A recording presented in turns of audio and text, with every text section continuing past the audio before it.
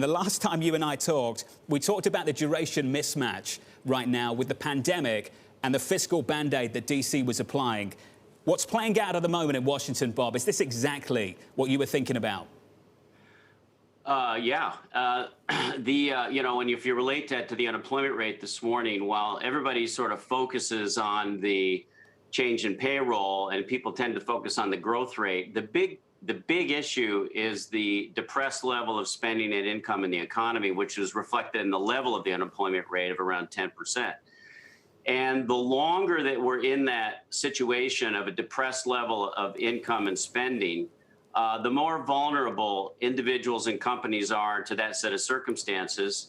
And the most likely time frame for that virus impact on income and spending is 18 to 24 months or something like that. It's very uncertain. But if you can imagine, we've just had, kind of a 4-month fiscal program or 1 quarter. Imagine having to do that a second quarter, a third quarter, fourth, fifth, sixth, seventh, 8 quarters. Imagine having to do that for 8 quarters in a row to make up for the low level of income and spending in the economy. Imagine the potential on the dollar, the potential on inflation, the potential and the effects on other assets. So, yeah. And then also, as that lingers on, I think you have a combination of economic destruction with liquidity expansion. The added vulnerability, Bob, and this is what we're here today to talk about, is zero rates. What zero rates now and a world where they can't get away from zero for maybe the foreseeable future means for the economy and how we need to rethink portfolios as well, Bob. Can you speak to that? Yeah, well, it's really sort of a mind-blowing thing that essentially when you have a zero interest rate on the Treasury bond, that means there is no interest rate. If there is no interest rate, there's no discount rate on cash flows. So how long is the duration of cash flows, and what's the present value of cash flows that have no discount rate except for the risk premium? So there are a number, obviously, implications for bonds in the traditional 60-40 portfolio. From the bond perspective, you have virtually a zero return, and you have an asymmetric return because there's no limit to how much the bond yield can go up. Even if it goes to flat zero, you're only going to make maybe 5-7% over the next, 7 years or so. But you could lose 20 or 30% if you have some sort of a normalization of real yields or a rise in inflation. So you have that asymmetry in the bond market, and you're not getting paid any return. But I think what people are not registering is how that impacts the equity market. There are 3 big impacts of zero interest rates on the equity market. First of all, you've taken away the floor on an equity decline, because typically if you get an equity decline and an economic decline, earnings are falling, but if bond yields fall, it lowers the discount rate on those earnings and supports prices. If you can't lower the discount rate on those earnings, the downside is bigger. The second thing is if you can't cut interest rates, then you can't put a floor under the economy except through monetization and fiscal policy that we're doing, which then threatens the currency. And the third impact that it has on a portfolio is that if the equities are falling, normally you'd get the bond rally to diversify that risk away, but that doesn't exist now. So you're sort of holding the equity side of it with not much downside protection, and you're holding the bond side of it with an asymmetric return pattern and a zero yield. So it's a very problematic scenario for any sort of traditional investment strategy. We just seem to be stuck on a nominal yield on a 10-year of 50 basis points. And Bob, what we're discussing is Treasury replacement. What do you replace it with and why? Can we continue that conversation, Bob? Yeah, and I think, that's very interesting news, right? And I think it's appropriate to the discussion, because when you're talking about replacing treasuries, you have domestic investors and you have international investors. If you're in and the dollarization or the weaponization of the dollar is a powerful tool, but it's also a disincentive for the dollar as a reserve currency. And it's a disincentive to hold dollars by foreign investors when China holds a substantial part of our debt. So the replacement for a foreign investor could be, if you're holding dollars that are getting printed every day that make you 50 basis points, could be something other than dollars. And that's the first thing you want to be looking at. And the second thing is I think from a domestic standpoint, you need you need a storehold of wealth, and bonds have typically serve that role as a storehold of wealth. And one of the things that we've been building out is equities as a storehold of wealth. And it's an interesting set of possibilities. But in this world where you're going to have economic destruction from the low level of income, and you're going to have but plenty of liquidity production to fight that, the liquidity will go into your storeholds of wealth. And those storeholds of wealth can be certain types of currencies. Gold was one that you mentioned, but also certain types of equities. And so to build out to utilize the equity portfolio, the equity market in an engineering way, to engineer a portfolio that could be a storehold of wealth is something that we think will be very valuable. And typically the storehold of wealth is a wealth preservation strategy. But I think in the current world, because of the excess liquidity, that the storeholds of wealth will be the higher performing assets because that's where the liquidity goes. Bob, you brought up something really important, and it connects to the news of the moment.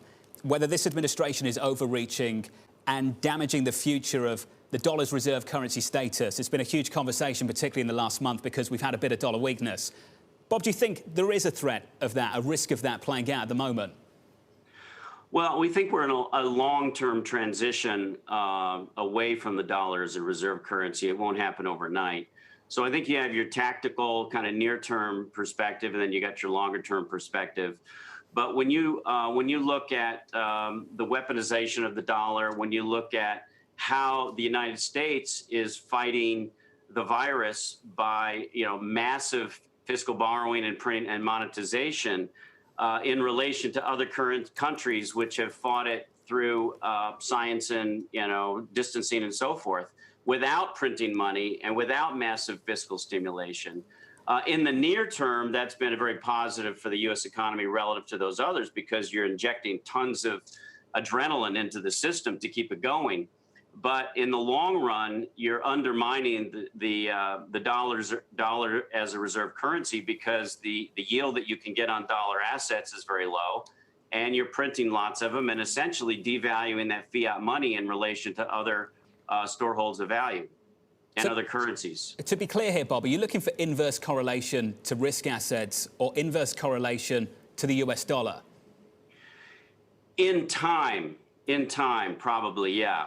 Not yet, but in time, it'll be. I think it's more reflation than sort of a crisis hedge. It's more of that the reflation goes beyond the point where foreign investors are willing to hold dollar bonds. Because what I'm trying to understand is whether gold in a portfolio right now can not only do well in a reflationary trade, but also in a disinflationary, deflationary moment. And Bob, typically that's not something we would talk about with concerns to gold. What are your thoughts on that? Definitely, yeah. And historically that's been true.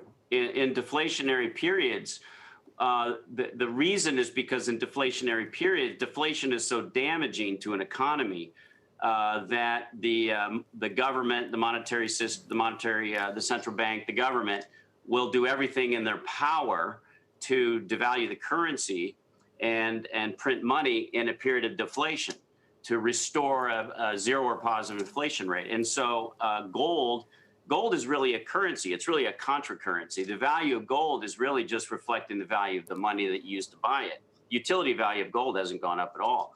But what's happened is that the supply of money to buy gold has increased, and so gold has gone up in money terms, which just means money has gone down in value in gold terms.